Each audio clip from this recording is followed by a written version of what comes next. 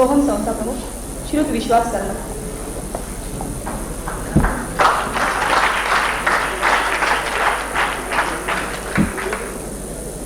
दरवर्षीप्रमाणे पारितोषिक वितरण समारंभाला सुरुवात करण्यापूर्वी स्पर्धक संघ, परीक्षक, आयोजक, पुरस्कार या सर्वांच्या व्यतिरिक्त जो महत्त्वाचा घटक आहे की ज्याच्यासाठी ही स्पर्धा भरवली जाते, जो माणूस समोर उपस्थित राहून आपल्याला दाद देतो, आपली कला रंगवतो, त्या प्रेक्षकाचाही वाटा या बक्षीस समारंभात असावा या हेतूने आम्ही पहिल्या वर्षीपासून पारितोषिक वितरण समारंभाचं अध्यक्षस्थान हे सन्माननीय रसिक प्रेक्षकाला आम्ही देतो. रसिक प्रेक्षक निवड करण्यापूर्वी काही दोन सूचना आहेत. सोहम संस्था, त्याचे आजी माजी सभासद, त्यांचे नातेवाईक, सोहमचा नजीकचा मित्रपरिवार हा या अध्यक्ष निवडीसाठी पात्र असणार नाही. ज्या 30 संघांनी आपली कला सादर केली त्या 30 संघांपैकी कलाकार ज्यांनी या रंगभूमीवर काम केले ते स्पर्धक संघ या गटवारीत असल्यामुळे ते या अध्यक्ष निवडीसाठी पात्र असणार नाही. शक्यतो सर्व निमंत्रित सोहमचे नातेवाईक, सभासद या सर्वांचे तिकिटाचे नंबर हे या ठिकाणी येणार नाहीत आहे.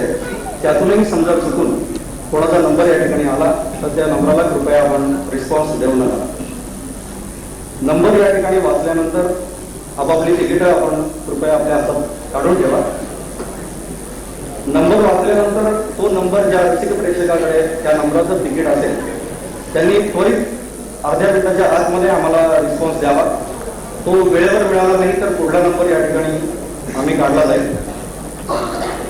आजच्या या पारितोषिक वितरण समारंभाच्या अध्यक्षांची निवड करावी असं मी आजच्या कार्यक्रमाचे प्रमुख पाहुणे सन्माननीय डॉक्टर श्रीराम बाबू यांना अशी विनंती करतो की त्यांनी लकी ड्रॉ पद्धतीने आजच्या कार्यक्रमाच्या अध्यक्षांची निवड करावी.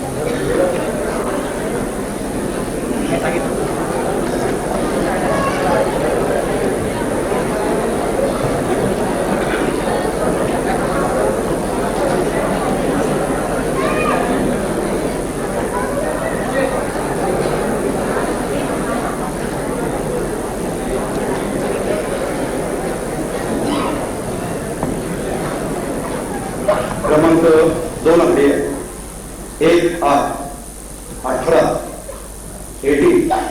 कृपया प्रत्येकाने आपली तिकीट तपासून पहा. तिकिटाचा क्रमांक आहे ₹15चं तिकीट आहे. नंबर 18, 1, 8, 80. कृपया आपले नंबर पुन्हा एक वर तपासून पहा, नाहीतर दुसरा नंबर आम्हाला काढणे या ठिकाणी आवश्यक ठरेल. क्रमांक 1, 8, 18, 80 यापैकी कोणी इथे उपलब्ध आहे? हा नंबर रद्द करून आम्ही पुढील नंबर काढण्याची मी माननीय प्रमुख पाहुण्यांना विनंती करतो. आहे 18 नंबर या ना.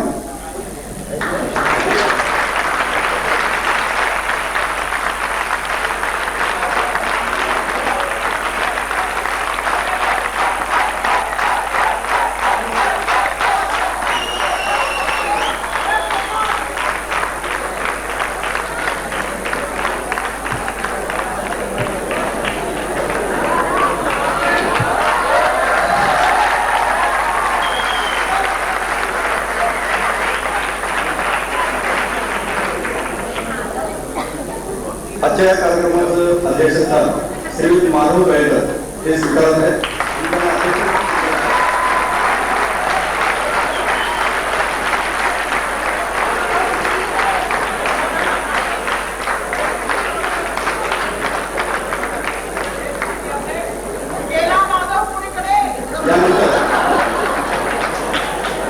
यानंतर संस्थेचे सल्लागार डॉक्टर विभा देशपांडे यांना मी अशी विनंती करतो की त्यांनी निर्वाचित अध्यक्षांचा पुष्पगुच्छ आणि मानाचे सरकार स्वागत करावे.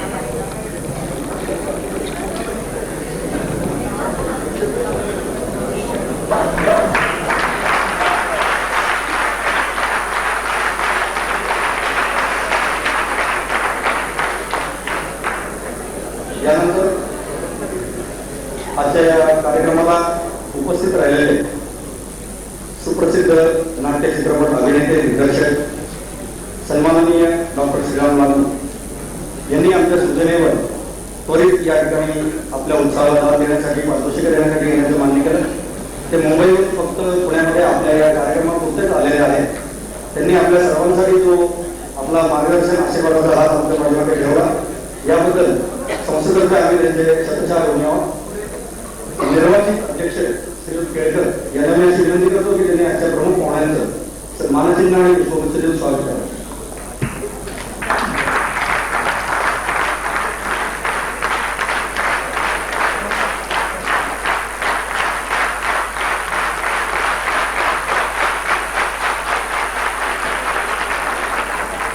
त्यानंतर आपल्या सगळ्यांना माहिती आहे स्पर्धेच्या कालखंडातलं सर्वात अवघड काम हे स्पर्धेचं परीक्षण करण्याचं.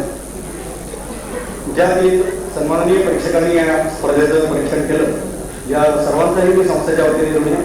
कारण त्यांनीही आपल्या भरगच्च कार्यक्रमांमधून सलग 8 दिवस या ठिकाणी आम्हाला दिले, संपूर्ण स्पर्धेचं परीक्षण केले. याबद्दल आजचे निर्वाचित अध्यक्ष यांना मी विनंती करतो की त्यांनी परीक्षकांना मानचिन्ह आणि पुष्पगुच्छ देऊन त्यांचा सत्कार करावा. प्रथम ज्योती सुभाष.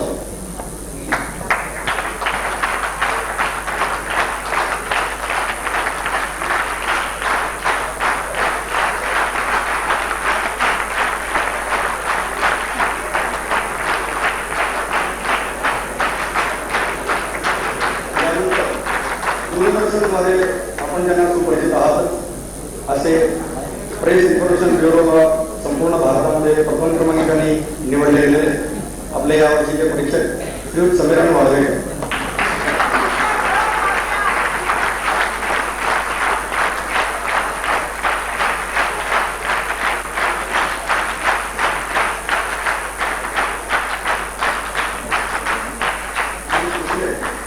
पीडीए संस्थेशी संबंधित आता नुकतंच रंगभूमीवर अखेर पाय मातीचे जे नाटक चालू आहे त्याचे दिग्दर्शक अभिनेते आणि आपल्या या वर्षीच्या स्पर्धेचे सन्माननीय परीक्षक श्री दिलीप वेळगुर्डे.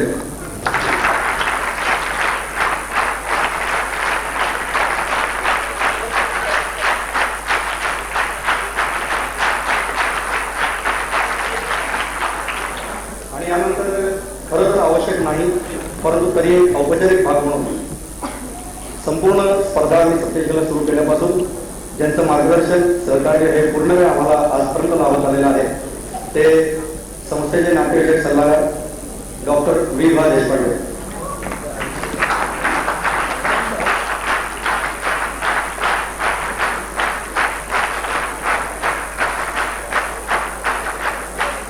आवश्यक नाही म्हणजे ते संस्थेच्या परके आम्ही मानत नाही, ते आमच्या देत आहे या उद्देशाने. धन्यवाद.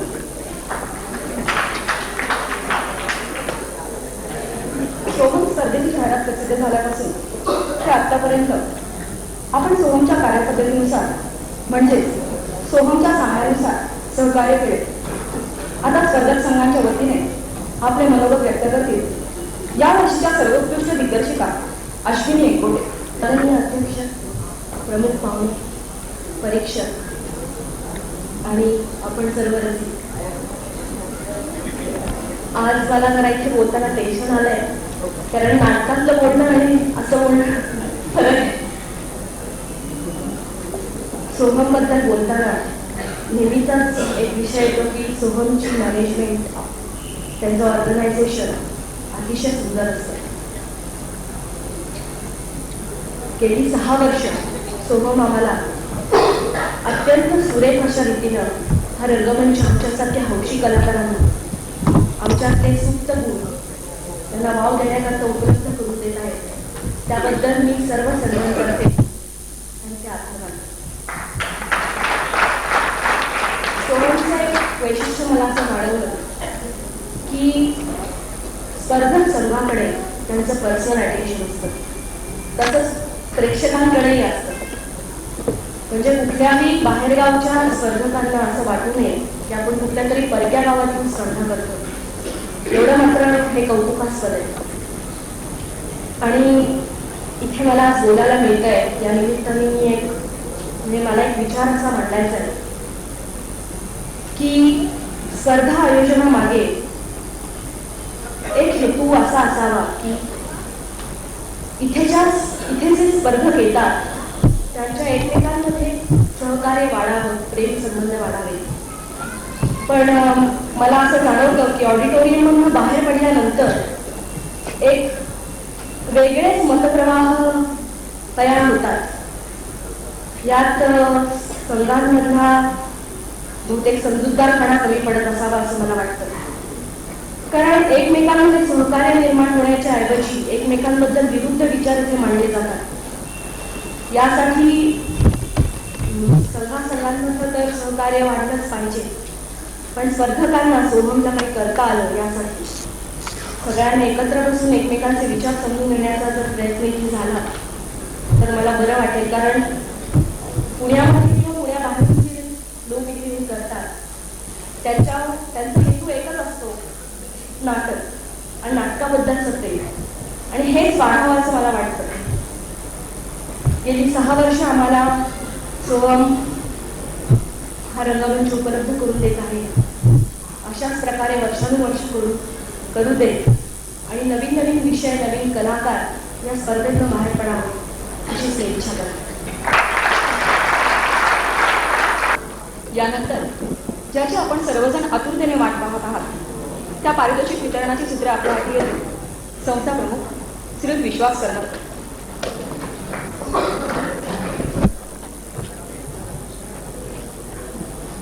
पारितोषिकाला सुरुवात करण्यापूर्वी 1-2 गोष्टी.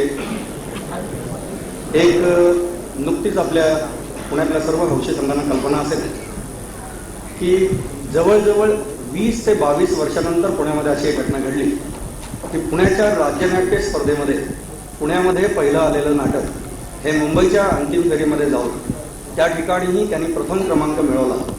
हा पुण्याला येऊन जवळजवळ 19 ते 20 वर्षांनी ज्या ग्रुपने आपल्याला आणून दिला तो परफॉर्मिंग आर्ट्स क्लब.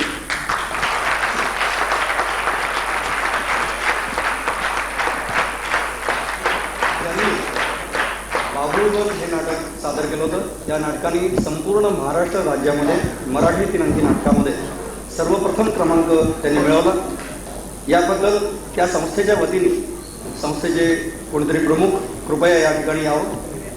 आजच्या प्रमुख पाहुण्यांना मी अशी विनंती करतो की त्यांनी पुष्पगुच्छ देऊन पुण्यातील या कौतुकास्पद घटनेचं अभिनंदन करावं.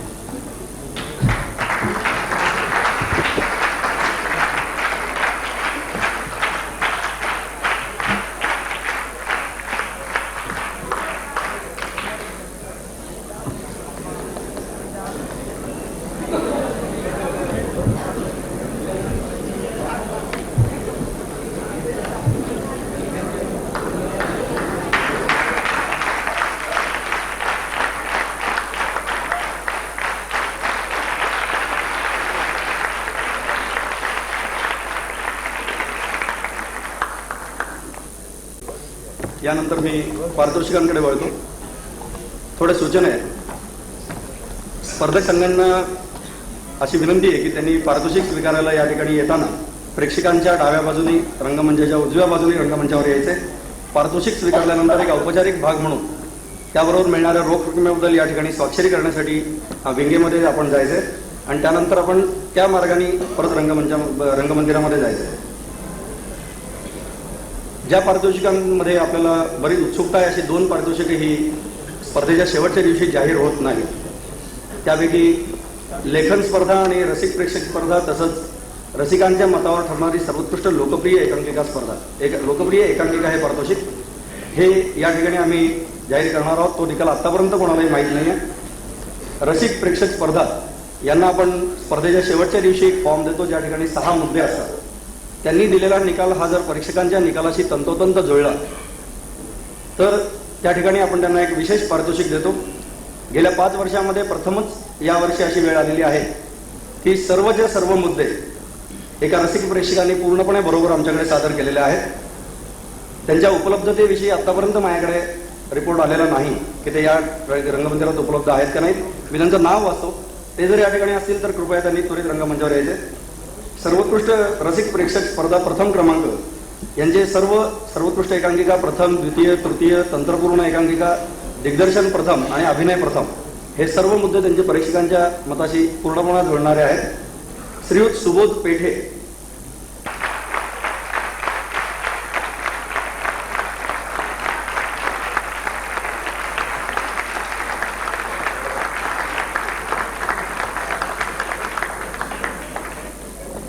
यानंतर द्वितीय पारितोषिकासाठी ज्यांचे उरलेल्या सर्व रसिक प्रेक्षकांमध्ये जास्तीत जास्त गुण ज्यांना मिळालेले आहेत असे दोन्ही व्यक्ती आहेत.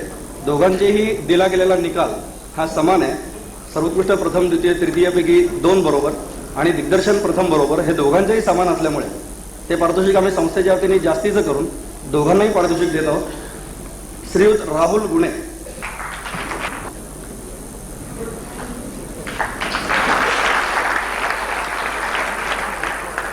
आणि सर्व यांच्यासारखे समान गुण श्रीयुत राजू जोशी कंपनीमध्ये एकामेका स्पर्धेचे आयोजक आहेत.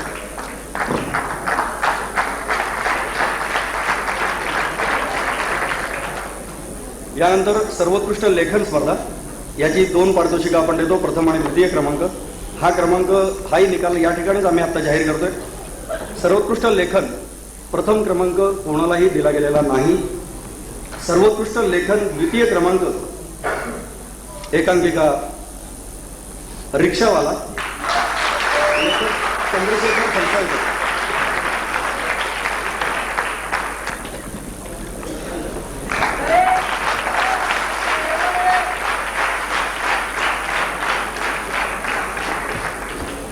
यानंतर आपल्या नेहमीच्या पारितोषिकांकडे आपण वळू. उत्तेजनार्थ अभिनय संस्थेचे प्रशस्तीपत्रक आणि कैलासवासी शांताबाई कृष्णाजी इनामदार स्मरणार्थ श्री बी के इनामदार पुरस्कृत रोख ₹51 प्रत्येकी. उत्तेजनार्थ अभिनय कलाकार ज्ञानेश मोरे भूमिका एकांकिका नदी काठचा प्रकार. उत्तेजनार्थ अभिनय प्रशस्तीपत्रक व रोख ₹51. ऋता बर्वे भूमिका यशोदा.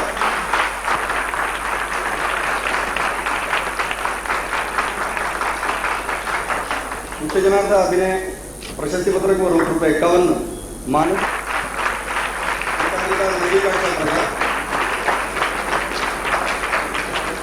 उत्तेजनार्थ अभिनय व प्रशस्तीपत्रक.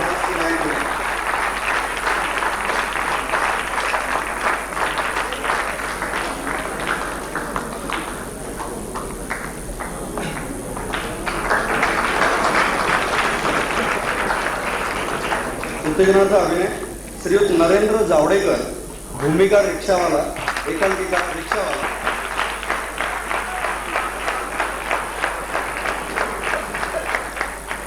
यानंतर मी एक उत्तेजनार्थापैकी पारितोषिक वाचतो. त्यांच्यापैकी कोणीही या ठिकाणी पारितोषिक घ्यायला उपलब्ध नाहीये असा माझ्यावर निरोप आलेला आहे, त्यामुळे मी फक्त त्याचा उल्लेख करतो. उत्तेजनार्थ अभिनय संगीता जोशी भूमिका जाई एकांकिका भिंत सादर करते शब्द पुणे. यानंतर उत्तेजनार्थ अभिनय निखिल रत्नपारखी भूमिका अमित एकांकिका अॅनिव्हर्सरी.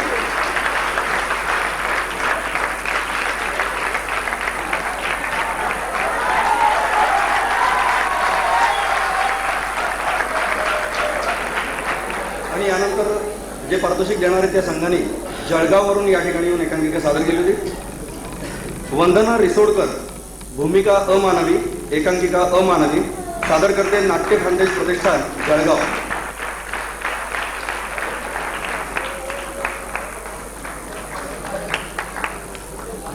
यानंतर स्पर्धेतील उत्कृष्ट अभिनय द्वितीय क्रमांक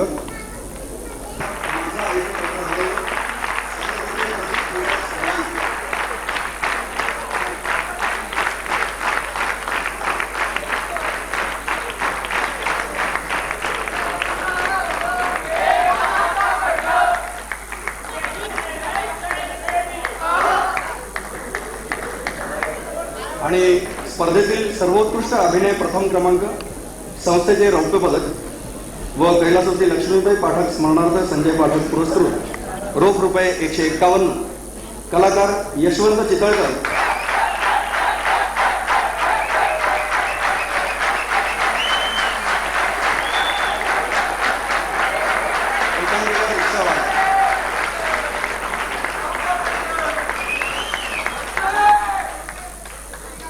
नंतर स्पर्धेतील सर्वोत्कृष्ट दिग्दर्शन द्वितीय क्रमांक संस्थेचे मानचिन्ह व श्री व सौ चाफेकर पुरस्कृत रोख ₹151. दिग्दर्शक मंदार शेंडे एकांकिका माझ्या आईचं पत्र हरवलं सादर करते प्रतीक केदार.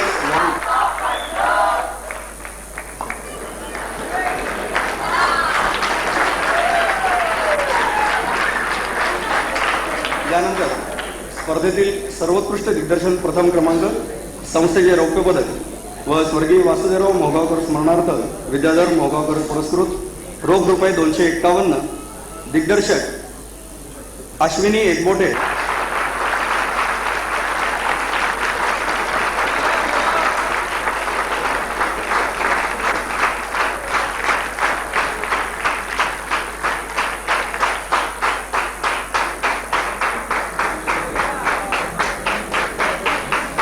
यानंतर स्पर्धेतील सर्वोत्कृष्ट तंत्रपूर्ण एकांकिका संस्थेचे मानचिन्ह व कैलासवासी डॉक्टर जयंत बर्वे स्मरणार्थ हेमंत बर्वे पुरस्कृत रोख रुपये 251, एकांकिका रिक्षावाला सादर करते परफॉर्मिंग आर्ट्स क्लब.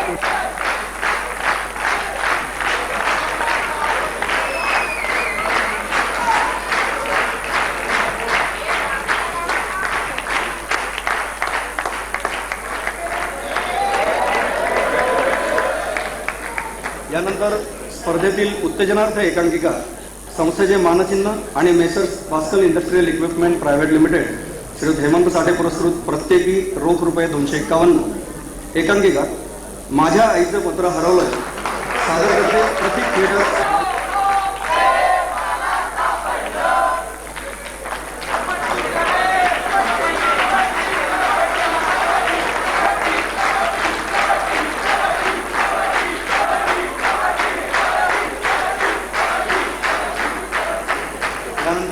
उत्तेजनार्थ एकांकिका काशी यात्रा सादर करते त्रिमूर्ती पुणे.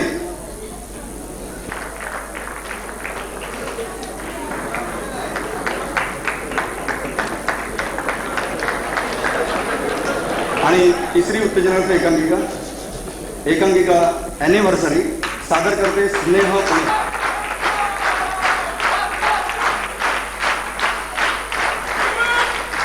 यानंतर स्पर्धेतील सर्वोत्कृष्ट लोकप्रिय एकांकिका हे पारितोषिक रसिक प्रेक्षकांच्या मतानुसार ठरतं. सर्वोत्कृष्ट प्रथम क्रमांक ज्या लोकांनी दिला आहे त्याला काही जास्त मार्क, द्वितीय दिला त्याला कमी मार्क, तृतीयला आणखीन कमी मार्क.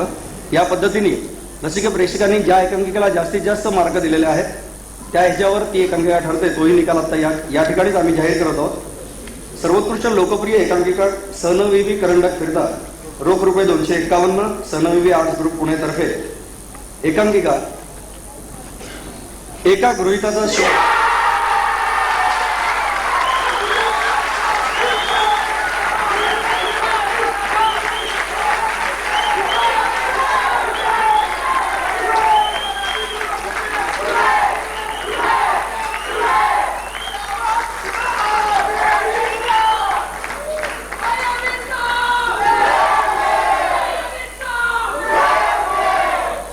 यानंतर स्पर्धेतील सर्वोत्कृष्ट एकांकिका तृतीय क्रमांक स्टेवेल करंडक फिरता संस्थेचे मानचिन्ह आणि सोहमतर्फे रोख रुपये 1001, एकांकिका रिक्षावाला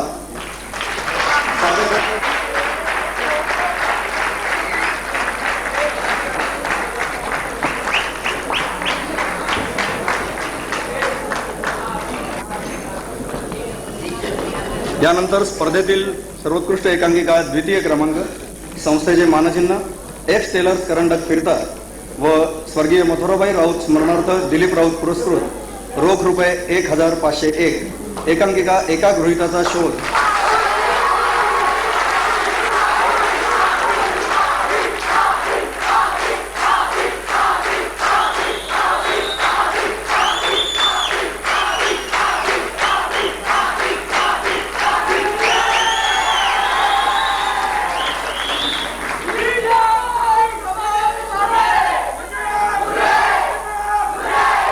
यानंतर स्पर्धेतील सर्वोत्कृष्ट एकांकिका प्रथम क्रमांक सोहम करंडक फिरता रौप्य पदक संस्थेचे मानचिन्ह आणि मेसर्स राजस्थान शूज श्रीयुत मेसकर पुरस्कृत रोख रुपये 2001, एकांकिका नदी काठचा प्रकार.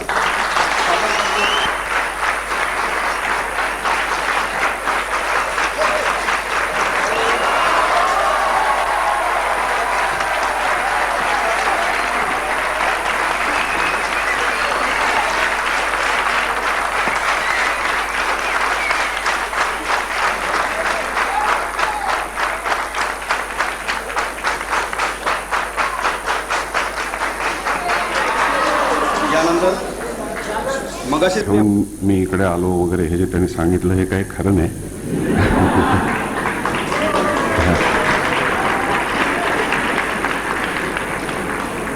कारण सध्या मला तसा फारशा अडचणी नाहीच आहेत. मी बराचसा बेकार असतो सध्या. अडचण एकच होती की एकांकिकांच्या स्पर्धा आणि त्याला पारितोषिक वितरणाकरता जावं की न जावं ही माझी खरी मुख्य अडचण होती. कारण आता मगाशी इथे एक दोघांनी सांगितल्याप्रमाणे सध्या एकांकिकांचं आणि एकांकिकांच्या स्पर्धांचं इतकं उदंड पीक आलेलं आहे की मगाशी आता डॉक्टर देशपांडेंनी सांगितल्याप्रमाणे मी अलीकडे बऱ्याच वर्षात एकांकिका पाहिलेल्या नाहीत. म्हणजे त्याकरता मला काही फारसा प्रयत्न करावा लागला नाही, आपोआपच बंद झालं ते. कारण एकूण ज्या प्रकारच्या एकांकिका सादर केल्या जात होत्या किंवा लिहिल्या जात होत्या त्यावरून असं वाटलं की हे काय आता फारसा बघण्यामध्ये अर्थ राहिलेला नाही. म्हणजे कवितांच्या बाबतीमध्ये माझं जसं झालं तसंच थोडंसं नाटकाच्या बाबतीत झालं की नाटक हा जसा माझा एक अत्यंत जिव्हाळ्याचा विषय, अगदी आंतरिक जिव्हाळ्याचा, तसाच कविता हाही माझा एक आंतरिक जिव्हाळ्याचा विषय होता असं मी म्हणतो. याचं कारण हेच की आत्ता गेल्या काही 10-20 वर्षामध्ये कवितांचं जसं एक उदंड पीक आलं की कविता न वाचण्याकरता काही आता प्रयत्न करावा लागत नाही. कविता आहे असं म्हटलं की ती बाजूला ठेवायची. तसं थोडंसं एकांकिकांच्या बाबतीमध्ये झालं, हे मला अतिशय खेदाने नमूद करायचं आहे इथे. असं का झालं असावं? वास्तविक पाहता ज्या ज्या एकांकिका मी पाहिल्या थोड्याफार 10-20 वर्षापूर्वी का होईना, किंवा आज आत्ता इथे ज्या 2 पाहिल्या, त्याच्यावरून एवढं लक्षात आलं की ही एकांकिका करणारी जी मंडळी आहेत ही एका उदंड उत्साहानं पेटलेली मंडळी आहेत.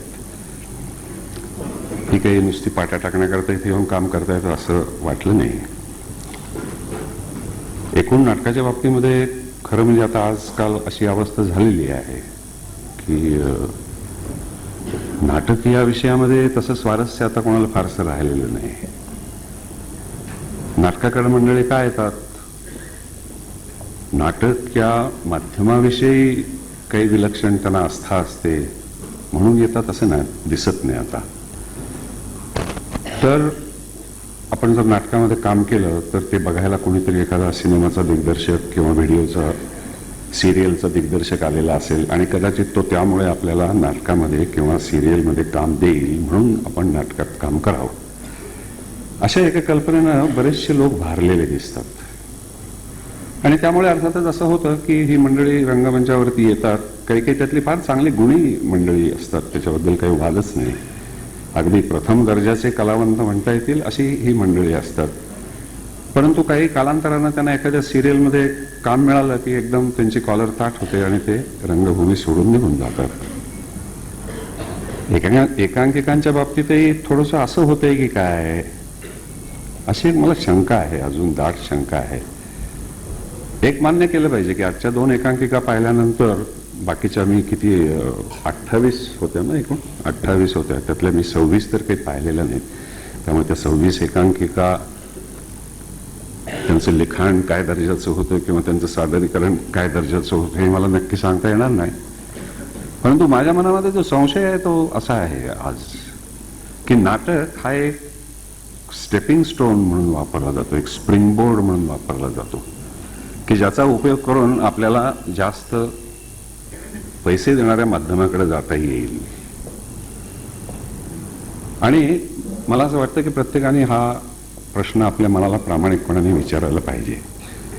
पैसे मिळवण्यामध्ये काही चूक आहे असं मी मुळीच मानत नाही. पैसे तर मिळवायलाच पाहिजेत, त्याच्याबद्दल काहीच वाद नाही. माणसांनी गरीब राहावं, बेकार राहावं आणि रंगभूमीची सेवा करावी असं मी कधीच म्हणणार नाही. परंतु केवळ तेवढ्याच उद्देशानं जर आपण रंगभूमीकडे जात असलो तर मग तिकडे जाऊ नये.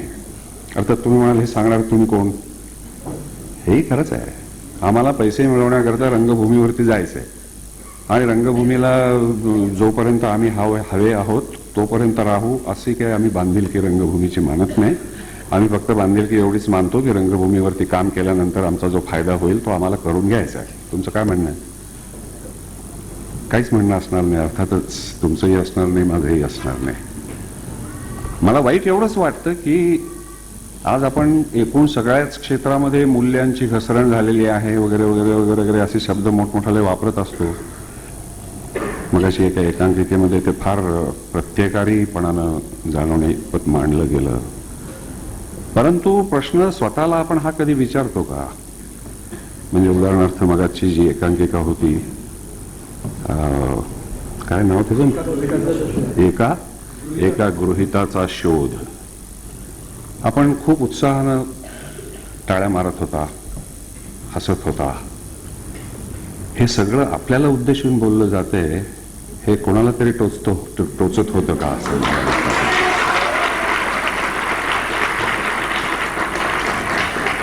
कारण आज तर ही फॅशनच झालेली आहे ना की राजकारणी लोकांना शिव्या दिल्या, शासनकर्त्यांना शिव्या दिल्या, सगळ्या राजकीय पक्षांना शिव्या दिल्या की आपली जबाबदारी संपली असं आपण मानत आलेलो आहोत. शासनकर्ते आपले नालायक आहेत. राजकारण्यांनी आमच्या देशाचं वाटोळं केलेलं आहे. ते केलं याच्याबद्दल मुळीच शंका नाही. म्हणजे मी ते केलं नाही असं म्हणत, परंतु केवळ तेवढं म्हणून आपली जबाबदारी संपते का हा खरा प्रश्न आहे. कारण मी नेहमी म्हणत असतो त्याप्रमाणे लोकशाही देशाचे राज्यकर्ते जर नालायक असले तर त्याचा अर्थ असा असतो की त्यांना निवडून देणारे तुम्ही आम्ही नालायक असतो. तेव्हाच आपण नालायक लोकांना निवडून देतो. मग आपणच निवडून दिलेल्या लोकांच्या बद्दल ते नालायक आहेत म्हणून जर तक्रार करायची असेल आणि ती खऱ्या अर्थानं प्रामाणिक तक्रार असेल तर आपण त्यांच्या लायकीचा शोध घेण्याच्या आधी स्वतःच्या लायकीचा घेतला पाहिजे. आपण स्वतः ज्या दिवशी लायक होऊ ना त्याच दिवशी आपण लायक प्रतिनिधी निवडून देणार हे आपल्या मनाशी खुणगाड बांधली पाहिजे. आणि मी लायकी म्हणजे केवळ राजकारणातली लायकी म्हणत नाहीये, तर मी एकूण समाज जीवनामधल्या प्रत्येक क्षेत्रातल्या लायकीबद्दल बोलतोय. क्रांती ही केवळ राजकीय क्रांती असत नाही किंवा ती आर्थिक क्रांती असत नाही. एकूण सर्वंकष क्रांती ज्याला म्हणतात. आता मी कोणा पुढाऱ्यांची नावं घेत नाही कारण आता या कल्पना अनेक लोकांनी मांडलेल्या आहेत. सामाजिक परिवर्तनाचा विचार जो या मगाच्या एकांकिकेमध्ये इथे मांडला गेला तो विचार अतिशय महत्वाचा आहे की तुम्ही आम्ही सगळेजण या परिस्थितीला जबाबदार आहोत. आणि ते तुम्ही आम्ही जे आहोत ते मग आपण कुठल्याही क्षेत्रामध्ये असू. मी काय फक्त हे नाटकाच्या क्षेत्राबद्दल बोलतोय असं कृपा करून समजू नका. नाटक हे माझं क्षेत्र आहे. मगाशी देशपांड्यांनी माझं खूप कौतुक केलं की नाटक या प्रकाराकडे मी अतिशय गांभीर्याने बघतो. मला असं वाटतं की त्याच्यामध्ये कौतुक करण्यासारखी काही गोष्ट नाहीये. नाटकाकडे जर बघायचं असेल तर फक्त एकच दृष्टी असायला पाहिजे आणि ती म्हणजे गांभीर्यानं बघण्याची दृष्टी. नाटकाकडे केवळ थिल्लर करमणूक करण्याचं किंवा पैसे मिळवण्याचं साधन म्हणून जर तुम्ही बघत असाल तर तुम्ही मला असं वाटतं की नाटक द्रोह करता. प्रेक्षक म्हणून सुद्धा आपली काही जबाबदारी असते. प्रेक्षकांना सुद्धा जबाबदारी टाळता येत नाही. म्हणजे जसं राजकारणाच्या बाबतीमध्ये म्हणतात ना की people get the government that they deserve, तसंच नाटकाच्या बाबतीत आहे की people are going to get the theatre that they deserve. Hit आणि हॉट नाटकाच्या लाटा आल्या म्हणजे प्रेक्षक म्हणून आपण तक्रार नुसती करतो, वर्तमानपत्रामध्ये पत्र लिहितो, पण त्या नाटकांना गर्दी करून ती नाटकं हाऊसफुल आपणच करतो आणि म्हणूनच त्याची लाट येते. लाट कुठे अशी रिकाम्या पोकळीमध्ये येत नाही, ती लाट समाजामध्ये येते. समाज त्या लाटेवर आरूढ होतो म्हणून ती लाट येते. मग त्या लाटेबद्दल नुसती तक्रार करून चालणार नाही. तर ती लाट मी थोपावणार हे माझं प्रत्येकाचं प्रेक्षक म्हणून माझं प्रत्येकाचं हे कर्तव्य आहे असं म्हणून प्रेक्षकांनी सुद्धा आपली जबाबदारी उचलली पाहिजे. नुसती रंगभूमीवरून टाळ्यांची वाक्य आली की टाळ्या मारून आपली जबाबदारी संपत नाही. म्हणजे आपल्याला तो प्रश्न समजला आहे इतपत फक्त त्याची जाणीव होते, परंतु त्याबाबत आपण काही करणार आहोत का? आपण नाटकवाले आहोत तेव्हा आपण फक्त नाटकाबद्दल बोलूया, कारण आजच्या राजकीय आणि सामाजिक परिस्थितीबद्दल जितकं कमी बोलावं तितकं बरं. परंतु आज तर मला असं वाटतं की निश्चितपणे आपल्या समाजामध्ये अशी परिस्थिती आली आहे की प्रत्येक माणसाने, तो कुठल्याही व्यवसायामध्ये असो, नोकरी धंद्यामध्ये असो किंवा बेकारही असो, नाईलाजाने त्याने आज परिवर्तनाचा विचार हा जर बाजूला टाकला तर समाज म्हणून आपल्याला काही फारसं भवितव्य दिसत नाही. नाटकवाल्यांनी सुद्धा हा विचार करायला पाहिजे. नाटकाकडे किती गांभीर्याने पाहिलं पाहिजे. म्हणजे मी जेव्हा पाश्चात्य देशामध्ये जाऊन या पाश्चात्य नटांची कामं आणखीन त्यांचं चरित्र अभ्यासायला लागलो, इंग्लंडमधले मोठमोठे नट लॉरेन्स ऑलिव्हिये आणि अलेक गिनेस वगैरे सारखी माणसं, तेव्हा मी थक्क झालो. आमच्याकडे नटाला प्रतिष्ठा आत्ता थोडीफार मिळू लागली. एक काळ असा होता की नटांना बिचाऱ्यांना राहायला घरं मिळत नसत चांगल्या वस्तीमध्ये, त्यांना लग्न करायला मुली मिळत नसत. इतका हा अप्रतिष्ठेचा व्यवसाय आपल्या समाजामध्ये मानला गेलेला आहे. म्हणजे आपल्या समाजाची ती परंपरा आहे थोडक्यात सांगायचं म्हणजे. आणि तीच परंपरा आपण पुढे चालू ठेवणार का नाही ठेवणार. त्याचबरोबर नटांनी, मुख्यतः मला स्पर्धकांच्या बद्दल हे फार बोलायचं आहे की स्पर्धकांनी हा विचार केला पाहिजे की आपण ह्या एकांकिका स्पर्धा नेमक्या कशा करता करतो. आपल्याला रंगमंच उपलब्ध होत नाही, तो रंगमंच आम्हाला इथे उपलब्ध करून दिला स्पर्धकांच्या वतीनं. मगाची जी मुलगी बोलली तिनं दुसरा एक फार चांगला विचार सांगितला की स्पर्धक दोन एकांकिकांच्या मध्ये एकमेकाच्या विरुद्धच फक्त बोलतात, एकमेकाच्या विरोधी वातावरण, एकमेकाची एकांकिका पाडणं वगैरे हे प्रकार किती होतात आता मला माहित नाही. पण एकेकाळी मला असं आठवतं ज्या वेळेला आंतरमहाविद्यालयीन स्पर्धा चालायच्या त्यावेळेला दुसऱ्या कॉलेजची एकांकिका सुरू झाली की ती पाडण्याकरता म्हणून एका कॉलेजचा ऑडियन्स तिथे येऊन बसायचा आणि त्याच्याकडे काम एवढंच दिलेलं असायचं की आपल्या शत्रू पक्षाची एकांकिका सुरू झाली की तुम्ही टाळ्या वाजवा, शिट्ट्या वाजवा, कॉमेंट्स करा, कागदाचे बाण फेका, काय वाटेल ते करा, पण ती एकांकिका पाडा. ही काही स्पर्धा नाही, हे युद्ध सुद्धा नाही खरं म्हणजे. कारण युद्ध सुद्धा जास्त प्रामाणिकपणाने लढलं जातं. हे असं मागे बसून अंडी फेकणं आणि टोमॅटो फेकणं हे युद्ध सुद्धा होत नाही. हा एक अतिशय घाणेरडेपणा आहे. आणि आमचं नवनाट्य ज्या वेळेला सुरुवात झाली त्यावेळेला लोकांनी त्याची फार टिंगल केली. 1955च्या आसपासची गोष्ट आहे. तेंडुलकरांची पिढी ज्या वेळेला नाटकं लिहायला लागली, वसंत कानेटकर, खानोलकर वगैरे, या त्यावेळेला जुन्या लोकांनी आमची भयंकर टिंगल केली की हे काय नाटकं लिहितात, या नाटकामध्ये धड करमणूकही नाही आणि धड लोकशिक्षणही नाही. म्हणजे या दोनपैकी या दोन्ही गोष्टी नाटकामध्ये असल्याच पाहिजेत असं काहीतरी धरून आपली रंगभूमी गेली 150 वर्षे वाटचाल करत आलेली आहे, हे लक्षात घेतलं पाहिजे. आमच्या नवनाट्याची जर आम्हाला सगळ्यात मोठी देणगी कुठली असेल ना तर त्यानं आम्हाला या नाटक या माध्यमाकडे फार गंभीरपणानं पाहायला शिकवलं की हे संस्कृती संवर्धनाचं एक माध्यम आहे. मी तुमची करमणूक करतो अशी पैज मी घेऊन रंगमंचावर उभाच राहणार नाही. मी माझ्या नाटकात तुमची नाही करमणूक करणार. मी तुम्हाला या नाटकातून कसला तरी संदेश देईन अशी पण मी पैज मारत नाही, मी नाही देणार कदाचित. परंतु मी तुम्हाला अंतर्मुख करीन, मी तुम्हाला विचार करायला लावीन, मी तुम्हाला एकूण जीवनाचं संबंध सम्यक दर्शन घ्यायला प्रवृत्त करीन, अशी या नाटकाची पैज आहे.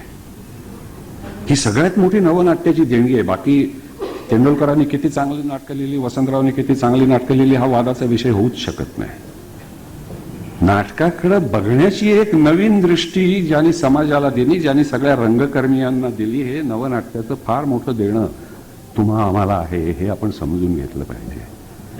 आणि त्याप्रमाणे मग नाटकाचे तुम्ही दर्जे आपण प्रेक्षक म्हणून ठरवत राहायला पाहिजे. कारण आज एक गोष्ट लक्षात ठेवायला पाहिजे की संस्कृती हा शब्द वापरून वापरून कितीही जरी गुळगुळीत झालेला असला ना तरी तो शब्द आज खरं म्हणजे इतका महत्वाचा आहे. म्हणजे एका प्रसिद्ध इंग्रजी लेखकाने तर असं म्हटलेलं आहे की अन्न, वस्त्र, निवारा या ज्या जीवनावश्यक वस्तू आपण मानलेल्या आहेत तितकीच महत्वाची, किंबहुना त्याही पेक्षा अधिक महत्वाची गोष्ट आज समाजाला सुसंस्कृत बनवणं ही आहे. ज्ञानी असं नाही म्हटलं, ज्ञानी बनवलं पाहिजे असं नाही म्हटलं, सुसंस्कृत बनवलं पाहिजे असं म्हटलं. ज्ञान खूप आहे आज समाजामध्ये, ज्ञान खूप आहे आज. ज्या तऱ्हेनं आपली सगळी तांत्रिक प्रगती चाललेली आहे त्यावरून आपल्याला असं दिसतं की आपल्या देशामध्ये फार महान विद्वान सगळ्या क्षेत्रामध्ये निर्माण झालेले आहेत, आंतरराष्ट्रीय ख्यातीचे विद्वान निर्माण झालेले आहेत. परंतु ज्ञान वेगळं आणि त्या ज्ञानाचा उपयोग कसा करावा हे शिकवणारं शहाणपण वेगळं. आणि ते शहाणपण जे असतं ना की तुमच्याकडे ज्ञान भरपूर आहे, न्यूक्लिअर फिजिक्स तुम्ही अगदी खूप प्रचंड प्रमाणामध्ये शिकला, अगदी आत्मसात केला, आईन्स्टाईन तुम्ही झाला, त्या ज्ञानाचा उपयोग करून तुम्ही ॲटम बॉम्ब तयार करायचा का, कॅन्सरवरती उपचार करण्याकरता कोबाल्ट सारखी यंत्र शोधून काढायची, हे शिकवायला शहाणपण लागतं.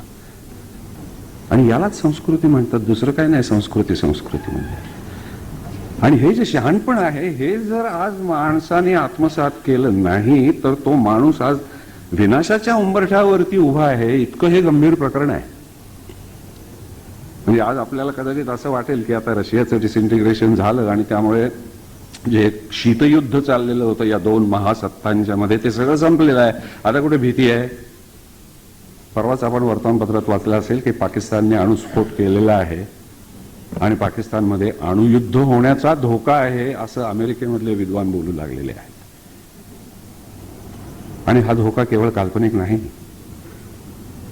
मनुष्य जर अशाच याच माथे फिरूपणानं जर वागणार असेल तर तिथे काही नाही हो. एक तांबडं बटन चुकून जरी दाबलं गेलं ना तरी ॲटम बॉम्ब या देशाचा त्या देशावरती जाऊन पडायला वेळ लागायचा नाही.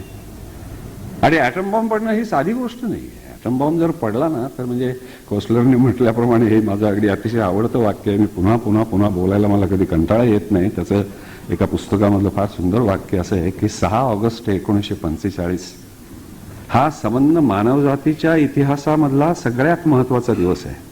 का? तर त्या दिवशी दुसऱ्या महायुद्धाचा शेवट हिरोशिमावर ॲटम बॉम्ब पडून झाला. 6 ऑगस्ट 1945. आता तो दिवस आलेला आहे आणि त्या दिवशी आपण काय करणार आहोत तर मेधा पाटकरांचं आत्मसमर्पण बघणार आहोत कदाचित. या देशाची आज अशी अवस्था झालेली आहे की मेधा पाटकर काय, बाबा आमटे काय, अण्णासाहेब हजारे काय, या लोकांना आत्मसमर्पणाची धमकी द्यावी लागते या समाजामध्ये. माझं सरकार इतकं संवेदनाशून्य झालेलं आहे की मला आत्मसमर्पणाशिवाय दुसरं गत्यंतर नाही. अशी अवस्था या समाजामध्ये कशी येऊ शकते? आणि ती येत असताना आपण काहीही न करता बघत कसे राहू शकतो?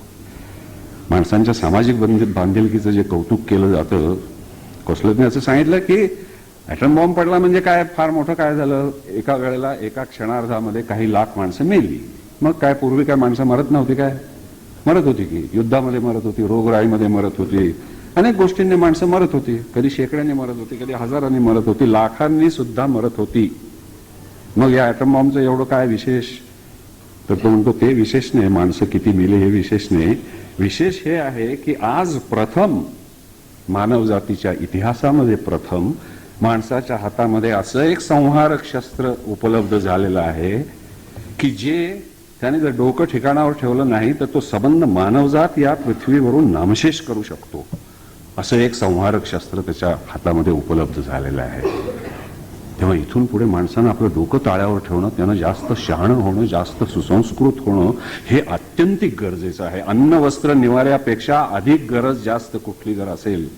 आमचे मार्क्सवादी मित्र असं म्हणतात की पहिल्यांदा लोकांचा पोटा पाण्याचा प्रश्न सोडवा आणि मग तुम्ही संस्कृतीच्या गोष्टी बोला.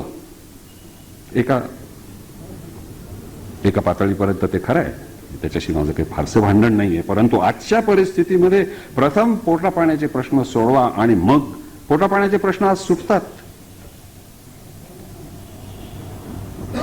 दाऊद इब्राहिमच्या टोळीमध्ये स्मगलर म्हणून तुम्हाला जर सामील व्हायचं असेल तर तुमचे पोटा पाण्याचे प्रश्न ताबडतोब सुटतात. काही त्याला वेळ लागत नाही. आणि असे अनेक तरुण अनेक ठिकाणी असे हे प्रश्न सोडवत आहेत, आपण बघतो. मूलभूत जो प्रश्न आहे ना तो माणसाच्या शहाणपणाचा, त्याच्या संस्कृतीचा प्रश्न आहे. आणि हे नाटक प्रकरण जे आहे ना हे वरवरचं थिल्लर नाही, हे इतकं खोल जाणारं प्रकरण आहे.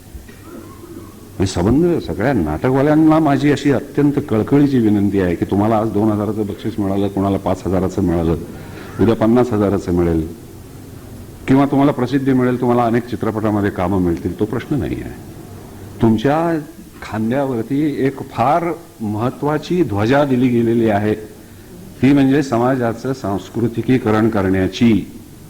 ही ध्वजा पेलण्याची क्षमता तुमच्यामध्ये आहे का? ही ध्वजा पेलण्याची तयारी तुमची आहे का? ही ध्वजा अभिमानानं मिरवण्याची तुमची इच्छा आहे का? अवघड व्रत आहे ते. 2-4 दिवस करून टाकून देण्याचं व्रत नाही, जन्मभर करण्याचं ते व्रत आहे. तसं जर असेल तरच नाटक या प्रकाराकडे तुम्ही गांभीर्यानं बघू शकता, नाहीतर मग तुम्ही बघू शकत नाही. आणि मी मगाशी सांगितलं त्याप्रमाणे नाटकाकडे बघण्याची फक्त एकच दृष्टी मला कळू शकते आणि ती म्हणजे एक अत्यंत गंभीर कला प्रकार म्हणूनच. इतकं सगळं ह्या एकांकिका स्पर्धकांना विचार करायला पाहिजे की आपण एकांकिका स्पर्धा कशा करता करतो आहोत, त्याचं नेमकं मूळ कशामध्ये आहे, आपण नाटक का करतो आहोत, आपण अभिनय कशा करता करतो आहोत, या सगळ्या गोष्टींचा खोलवर विचार करण्याची क्षमता त्या सगळ्या स्पर्धकांनी स्वतःमध्ये बाळगून घेतली पाहिजे. आणि त्याच्याकरता त्यांना उपदेशच करायचा तर मी असं म्हणेन की एकूण वाचन हा जो प्रकार आहे ना, आजकाल आता टीव्ही आल्यामुळे तर आणखीनच फार शोचनीय अवस्था झाली आहे एकूण साहित्य या प्रकाराची. परंतु साहित्य या प्रकाराने माणसाला जी एक सखोल, त्याच्या व्यक्तिमत्वाला जी एक सखोलता प्राप्त होते ना, ती दुसऱ्या कशानेही होत नाही.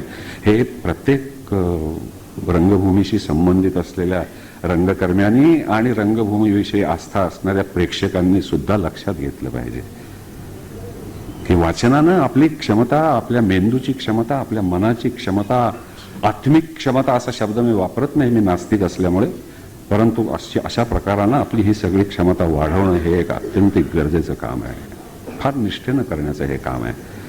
अर्थात इतक्या आनंदाच्या प्रसंगी मी इतका लांब चेहरा करून बोललो म्हणून आपण कदाचित नाराज झाला असाल, परंतु मला खरोखरच नाटकाबद्दल फार पोटतिडकीने असं वाटतं. संयोजकाने सुद्धा हा विचार करायला पाहिजे. आत्ता इथं असं म्हटलं की, आणि मी हा विचार संयोजकांना बोलूनही दाखवलेला आहे की दुसऱ्या इतर ठिकाणी बक्षीस न मिळालेल्याच एकांकिका या इथं करायच्या. तर मी त्यांना म्हटलं असं का करता? त्यामुळे एखादी नवीन एकांकिका जर एखाद्याने चांगली लिहिलेली असेल, बक्षीस पात्र ती आहे त्या अर्थी ती चांगलीच असणार, तर ती एकांकिका जास्तीत जास्त ठिकाणी फिरावी, जास्तीत जास्त प्रेक्षकांनी ती बघावी, असं नाही का तुम्हाला वाटत? या अशा एकांकिकांना, बक्षीस मिळालेल्या एकांकिकांना तुम्ही इथं बंदी करून त्या एकांकिका मारत नाही का तुम्ही? याचाही तुम्ही विचार करा. कदाचित तुम्हाला या स्पर्धेमध्ये त्या नको असतील तर निदान मग त्यांच्याकरता एक वेगळा रंगमंच उपलब्ध करून द्या. कारण मला असं आठवतं, आम्ही ज्यावेळेला एकांकिका करायला लागलो 1955च्या आसपास, त्यावेळेला एकांकिका हा प्रकार रंगभूमीला फार नवीन होता. प्रत्यक्षात प्रयोग करणं हे तर फारच नवीन होतं. आम्ही एका बारीकशा छोट्या हॉलमध्ये तो प्रयोग करायचो. पहिल्यांदा रंगायनतर्फे आम्ही एकांकिका केल्या तेव्हा 20-25 माणसं जेमतेम त्याच्यामध्ये असायची. परंतु त्या एकांकिकांची ताकद आणि त्या 20-25 प्रेक्षकांना त्या ज्या प्रकारानं भारून टाकायच्या, तो प्रकार आमच्या दृष्टीनं जास्त महत्वाचा होता. तुमच्या समोर प्रेक्षक किती आहेत किंवा त्या एकांकिका तुम्हाला पारितोषिक काय देतात याच्यापेक्षा ते जास्त महत्वाचं आहे. अशा तऱ्हेनं त्या एकांकिका केल्या जाते. एकांकिका त्या लोकांच्या लक्षात राहत. आत्ता अलीकडे आपण प्रेमानंद गजबींची घोटभर पाणी नावाची एकांकिका, तिच्याबद्दल ऐकलं असेल किंवा ती अनेकांनी आपण पाहिली असेल. 1000च्या वर तिचे प्रयोग होऊन गेलेले आहेत. अशा तऱ्हेनं काही चांगल्या एकांकिका आज टिकताना दिसत नाहीयेत. एकांकिका येतात आणि जातात, येतात आणि जातात. दर स्पर्धेला नवीन लेखक उदंड एकांकिका लिहितात, त्या केल्या जातात आणि त्या दुसऱ्या दिवशी विसरल्या जातात. असं होणं हे रंगभूमीच्या कितपत हिताचं आहे याचाही विचार करायला पाहिजे. हाही प्रश्न मला असं वाटतं सोडवायला पाहिजे. सोहमच्या नियोजन शक्तीबद्दल इथं खूप बोललं गेलं. ही तर अत्यंत महत्वाची गोष्ट आहे, याच्याबद्दल तर काही वादच नाही. म्हणजे नाटक ही एक शिस्तीने करण्याची गोष्ट आहे असं मी ज्यावेळेला आमच्या पीडीएच्या काळामध्ये सांगत असे, त्यावेळेला आमचे अध्यक्ष मला असं म्हणत असत, अरे शिस्त कसली, काय सैन्य आहे काय याला शिस्त लावायला? असा गैरसमज करून घेता कामा नये. अत्यंत नियोजनबद्ध असं हे काम करण्याचं आहे. एक सांघिक कृती आहे आणि ती तितक्याच नियोजनबद्ध पद्धतीने केली पाहिजे. आता अलीकडे लोकसत्तेमध्ये माझं एक काहीतरी स्टेटमेंट आलं होतं की आंबेडकरांचं पिक्चर कोणी डायरेक्ट करावं, जब्बार पटेलनी करावं का श्याम बेनेगलनी करावं? आणि त्याच्यावरचं माझं मत त्याच्यामध्ये त्याने असंच प्रसिद्ध केलं होतं की त्या दोघांनाही काही अक्कल नाही आहे, ते एका परदेशी दिग्दर्शकाकडे द्यावं. ते अर्थात वर्तमानपत्रवाले जरा जास्त मसाला लावून वगैरे त्यांना ते टायटल द्यायचं असतं, त्यामुळे ते तशा प्रकारचं त्याने दिलं असणार. सांगायचा माझा मुद्दा असा होता की आपली नियोजन शक्ती किंवा आयोजन किंवा ऑर्गनायझेशन हा जो प्रकार आहे ना, हा आपल्या भारतीय मानसिकतेत नाहीये. पाश्चात्य मानसिकतेमध्ये तो आहे. हे गांधी सिनेमामध्ये बारीकसं का होईना पण ते काम करताना माझे हे लक्षात आलं की हा एवढी मोठी व्याप्ती ज्या चित्रपटाची आहे, एवढा मोठा आवाका ज्या चित्रपटाचा आहे, तो सगळा आवाका सांभाळणं हे आपल्या भारतीय मानसिकतेमध्ये बसत नाही. मला असं वाटतं की आपण एकूणच माणसं फार सुस्त, फार गलथान, फार बेशिस्त असे आहोत. तालमीला वेळेवर कशाला यायला पाहिजे? काय यार, काय तालीम म्हणजे काय? एवढं काय महत्वाचं आहे? नाटकाचा प्रयोग वेळेवर का सुरू करायला पाहिजे?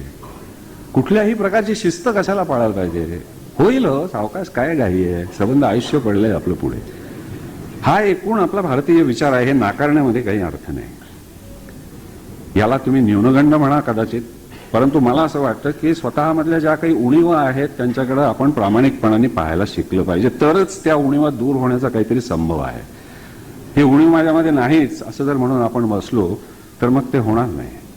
तेव्हा नियोजन हे अगदी निश्चित आहे आणि ते किती कुठल्याही क्षेत्रामध्ये आपल्याला दिसतच नाही हो काय. आता आज मी सकाळी मुंबईहून पुण्याला येत होतो, तर माझ्या गाडीचं तिकीट यांनी संयोजकाने मोठ्या अत्यंत कौतुकाने आणि माझ्यावरच्या प्रेमाने मला फर्स्ट क्लास एसीचं तिकीट काढून दिलं. मी म्हटलं त्याला बरं झालं, चेंज झाली आपली. म्हणून मी गेलो स्टेशनवरती. गाडी प्लॅटफॉर्मवरती येताना दिसत होती आणि त्यांनी तिथे अनाऊन्स केलं की आज गाडी 5 नंबरच्या ऐवजी 4 नंबरच्या प्लॅटफॉर्मवर येते. तुम्ही कल्पना करा, मुंबईमध्ये त्या एका गाडीकरता खोळंबून राहिलेले जे सगळे प्रवासी लोंढ्यासारखे धावत सुटले. त्या दादर चढून पलीकडच्या प्लॅटफॉर्मवरती त्यांना जायचं होतं. पलीकडच्या प्लॅटफॉर्मवरती तिथे आम्ही गेलो, कसा बसा आमचा डबा शोधला. गाडी सुटायची वेळ झालेली होती. डब्यामध्ये शिरलो तर तो 2nd क्लासचा 3 tier स्लीपर होता. आम्ही म्हटलं हे काय, तिथे बाहेर तर तुम्ही फर्स्ट क्लास असं लिहिलेलं आहे आणि हा FC1 डबा तुम्ही माझा म्हणून सांगताय. ते म्हणाले हा आज तो डबा नादुरुस्त असल्यामुळे त्याच्याऐवजी हा 2nd क्लासचा डबा लावलेला आहे. आणि हे सांगताना त्यांना काहीही त्याचं दुःख किंवा काहीही याच्यामध्ये आपण गैर करतोय असं वाटत नव्हतं. याचं मला सगळ्यात भयंकर वाईट वाटलं. कुठल्याही तऱ्हेनं की बाबा चुकलं आमचं, असं काहीतरी झालं, परंतु रेल्वे खात्याला सुद्धा ही जबाबदारी वाटतच नाही. हे काय म्हणजे भारतीय लोकांच्या करता अशा काही गोष्टी करायला लागतात. आता तुम्ही कल्पना करा की अशी जर गोष्ट उद्या अमेरिकेमध्ये किंवा इंग्लंडमध्ये जर झाली ना, तर तिथल्या तिथे ताबडतोब रेल्वे बंद पाडतील लोक. रेल्वे डिपार्टमेंटच्या ताबडतोब रेल्वे मंत्र्याला तिथं राजीनामा द्यायला लावतील. परंतु आपल्याला या गोष्टीचं काय महत्व वाटतच नाही. आणि म्हणून मी सोहमचं अगदी खास अभिनंदन करतो. ते एवढ्या करता करतो की ऑर्गनायझेशन नावाचा जो काही प्रकार मी इथं पाहिला तो खरोखरच त्यांचा फार चांगला, अतिशय शिस्तबद्ध पद्धतीनं ते सगळं काम त्यांचं चालवलेलं आहे त्याने. परंतु त्याचबरोबर मगाशी आणखीनही कोणीतरी सूचना केली, मला वाटतं ज्योतीने केली, की सगळ्या स्पर्धकांना एकत्र आणून त्यांना जर काही त्यांचं थोडंसं प्रबोधनात्मक काम करता आलं तर तेही करायला पाहिजे. परंतु एकंदरीत सोहमने हा जो उपक्रम चालवलेला आहे फार दर्जेदार उपक्रम दिसतोय. अशाच तऱ्हेच्या अतिशय मी आज पाहिलेल्या दोन्ही एकांकिका लिखाणाच्या दृष्टीने किंवा सादरीकरणाच्या दृष्टीने खरोखरच फार उत्तम एकांकिका होत्या. अतिशय चांगला विचार त्याच्यामध्ये मांडलेला होता.